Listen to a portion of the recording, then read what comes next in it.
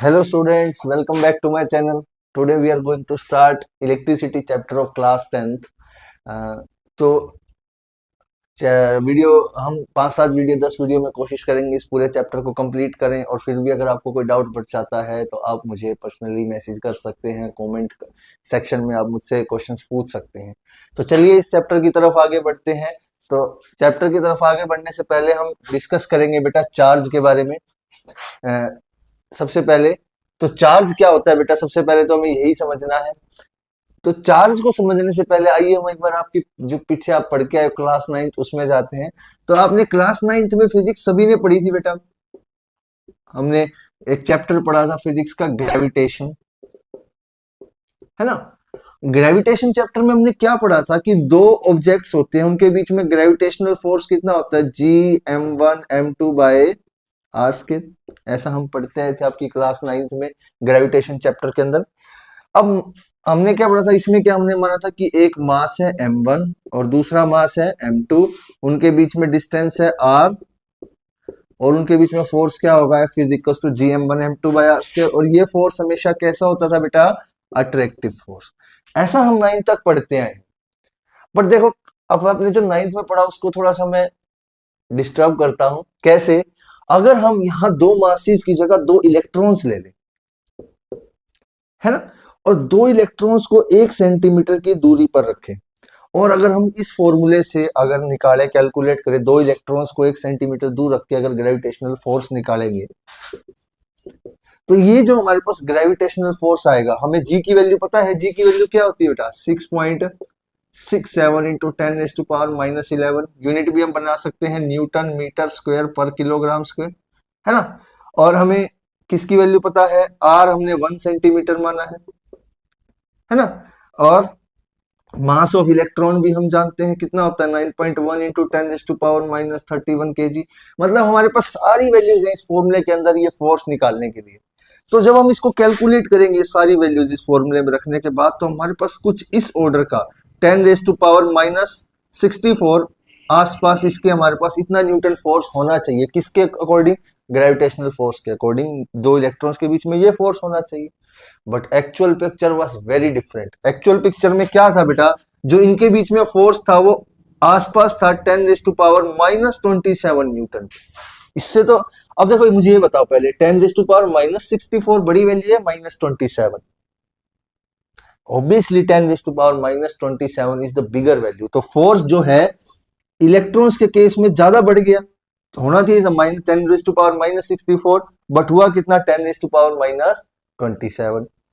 तो ये जो -27 इतना फोर्स बढ़ा, ये किस कारण बढ़ा, वो एक स्पेशल प्रॉपर्टी के कारण बढ़ा जो कि इन चार्ज पार्टिकल के पास थी, इलेक्ट्रॉन्स के पास, जिसको हमने क्या बोला, चार्ज। जिसके कारण इनमें एक नए टाइप का फोर्स जनरेट हुआ जिसको हम बोलते हैं इलेक्ट्रिक फोर्स। बोलिए थोड़ा सा पिक्चर क्लियर हुआ चार्ज के। अब यहीं से मैं चार्ज की डेफिनेशन को कंस्ट्रक्ट करूंगा बेटा। तो चार्ज क्या है, it is the property of a matter due to which it experiences electric force. जिसके कारण वो क्या एक्सपीरियंस करता है बेटा, इलेक्ट्रिक फोर्स। अब ये जो चार्ज है बेटा, ये चार्ज दो तरीके का हमें देखने को मिलेगा। एक तो मिलेगा नेगेटिव चार्ज, और दूसरा क्या देखने को मिलेगा बेटा हमें, पॉजिटिव चार्ज। अब नेगेटिव चार्ज क्या किस पे पाया जाता है, इलेक्ट्रॉन्स पर पाया जाता है। पढ़ा है ना हमने 9th क्लास में इलेक्ट्रॉन्स क्या होता है। इलेक्ट्रॉन्स पर चार्ज कितना होता है, -1.6 इंटू 10⁻⁻19 कूलम। पॉजिटिव चार्ज किस पे पाया जाता है बेटा, प्रोटॉन्स पर पाया जाता है। कितना, इलेक्ट्रॉन्स पर जितना होता है उतना ही, बट पॉजिटिव। तो कितना होगा प्रोटॉन्स पर चार्ज, +1.6 इंटू 10⁻⁻19 कूलम। और भी कहीं पॉजिटिव चार्ज पाया जाता है, हाँ, अल्फा पार्टिकल के पास 2 यूनिट पॉजिटिव चार्ज होता है, इधर भी हमें देखने को मिलेगा, है ना। तो हमें ये पढ़ा चार्ज क्या होता है। चार्ज क्या था बेटा, एक स्पेशल प्रॉपर्टी थी जिसके कारण इलेक्ट्रिक फोर्स जनरेट होता है। हालांकि हमने ग्रेविटेशनल फोर्स पढ़ा था, वो हमेशा अट्रैक्टिव होता है, बल और ये जो इलेक्ट्रिक फोर्स है अट्रैक्टिव भी हो सकता है और रिपल्सिव भी हो सकता है। अगर आप एक इलेक्ट्रॉन और प्रोटॉन को पास रखते हो तो अट्रैक्ट करते हैं, इलेक्ट्रॉन और इलेक्ट्रॉन को पास रखते हो तो रिपेल करते हैं। मतलब नेगेटिव चार्ज जो है वो नेगेटिव चार्ज को रिपेल करता है, बट अगर आप पॉजिटिव और नेगेटिव रखते हो तो क्या करते हैं, अट्रैक्ट करते हैं। तो ये ग्रेविटेशनल फोर्स की पिक्चर से तो बिल्कुल डिफरेंट था बेटा। गेटिंग माय पॉइंट और नॉट, है ना। तो चार्ज के बारे में समझ में आया बेटा सभी को। और चार्ज, नेगेटिव चार्ज कहाँ पाया जाता है, पॉजिटिव चार्ज कहाँ पाया जाता है, और कौन से पार्टिकल्स पर, कुछ आइडिया हुआ आपको बेटा। तो इतना नोट डाउन कर लीजिए, हम आगे बढ़ते हैं।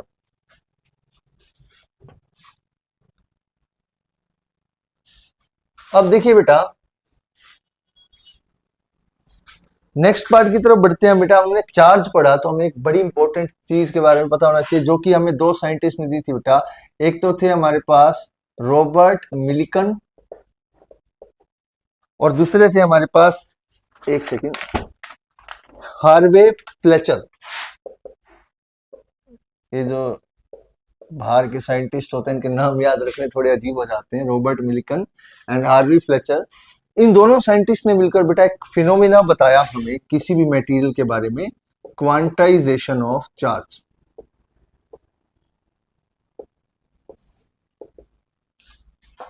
बेटा क्या बताया इस फिनोमिना के अंदर, एक बड़ी इंपॉर्टेंट चीज बताई, जिससे हमारी काफी सारी कैलकुलेशन डिस्क्रीट आसान हो सकती थी, जिससे हमें एक आइडियल कंसेप्ट मिल सकता था छोटे पार्टिकल्स के केस में भी। अब हमने डिस्कस किया बेटा कि चार्ज क्या होता है, और चार्ज किन के कारण होता है, इलेक्ट्रॉन्स या प्रोटॉन्स के कारण, है ना।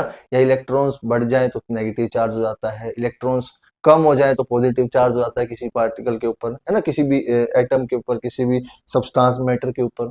अब वही क्वांटाइजेशन ऑफ चार्ज क्या कहता है कि मान लीजिए आपको किसी ने कहा, आपको एक किसी ने प्लेट दे दी सिल्वर की, है ना, और इस पर किसी ने कहा, मान लीजिए इस पर जो चार्ज है वो 100 इलेक्ट्रॉन्स का चार्ज है, 1000 इलेक्ट्रॉन्स का चार्ज है, मान लीजिए 1000 इलेक्ट्रॉन्स हमने इसके ऊपर चार्ज पाया।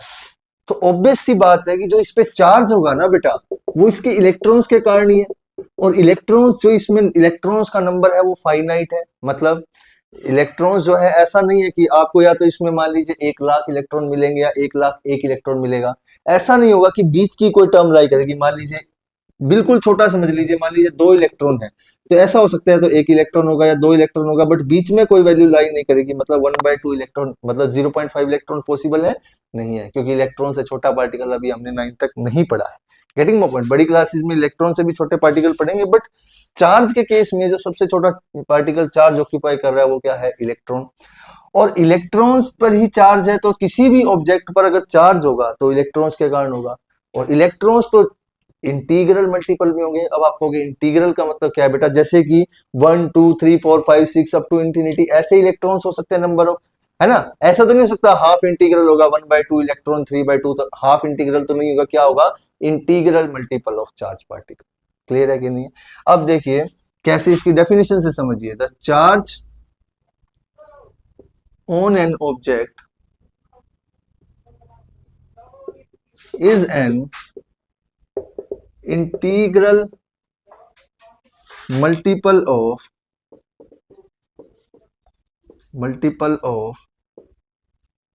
elementary charge।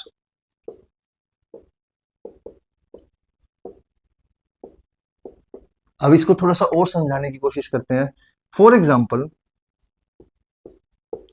An object can have, एक ऑब्जेक्ट के ऊपर बेटा पॉजिटिव चार्ज भी हो सकता है, नेगेटिव भी हो सकता है। तो कैसे होगा, या तो मान लीजिए उसके पास एक इलेक्ट्रॉन है तो कितना चार्ज हो जाएगा, एक इलेक्ट्रॉन कितना हो जाएगा बेटा। अब इलेक्ट्रॉन को हम मान लीजिए ई को यहाँ पर मैं मान रहा हूँ 1.6 इंटू 10⁻⁻19 कूलम। ये हमारे पास एक चार्ज है। अगर इसको नेगेटिव कर दो तो इलेक्ट्रॉन पर हो जाएगा, और पॉजिटिव कर दो तो प्रोटॉन पे हो जाएगा। ऐसे समझ लेगा, ठीक है। अभी मैंने पॉजिटिव मान, तो एक प्रोटॉन के कारण चार्ज कितना होगा, 1 ही। 2 प्रोटॉन के कारण कितना होगा, 2 ही। ऐसे बढ़ता जाएगा, मतलब इंटीग्रल 1 2 3 4 5 6 7 इंफिनिटी तक चला जाएगा इलेक्ट्रॉन के मल्टीपल में। और जीरो भी हो सकता है ना। और माइनस में मान लीजिए -1 इलेक्ट्रॉन जितना चार्ज, -2 इलेक्ट्रॉन, मतलब 2 इलेक्ट्रॉन का चार्ज क्या होगा, -2 ही। तो यहाँ से भी इंफिनिटी में जा सकता है, माइनस इंफिनिटी तक। तो कहने की बात क्या है, ऐसी कोई स्टेट पॉसिबल नहीं है कि ऐसा हो 1/2 इलेक्ट्रॉन हो, 3/2 इलेक्ट्रॉन हो। ऐसा चार्ज पॉसिबल नहीं है किसी भी केस में।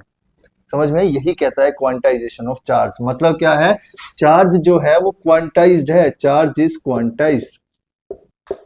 मतलब आपके पास मान लीजिए 100 कूलम चार्ज है, तो वो सभी इलेक्ट्रॉन्स में बटा हुआ है इस तरीके से कि एक इलेक्ट्रॉन पर कितना चार्ज है, 1.6 इंटू 10⁻⁻19 कूलम माइनस का। समझ में आई बात कि नहीं आई, बोलिए।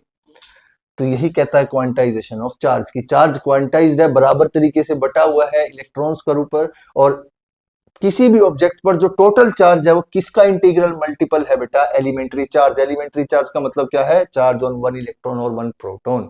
तो इसके लिए इक्वेशन क्या होगी, Q is equals to NE। समझ में आई? मतलब जो टोटल चार्ज है वो किसका इंटीग्रल मल्टीपल है, integral multiple of elementary charge.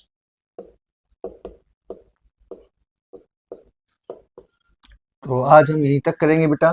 फिर भी अगर कोई डाउट रह जाता है तो इस टॉपिक में आप मुझे बोल सकते हैं, मैं इसको दोबारा रिपीट भी करा सकता हूँ अगर आपको डाउट है तो।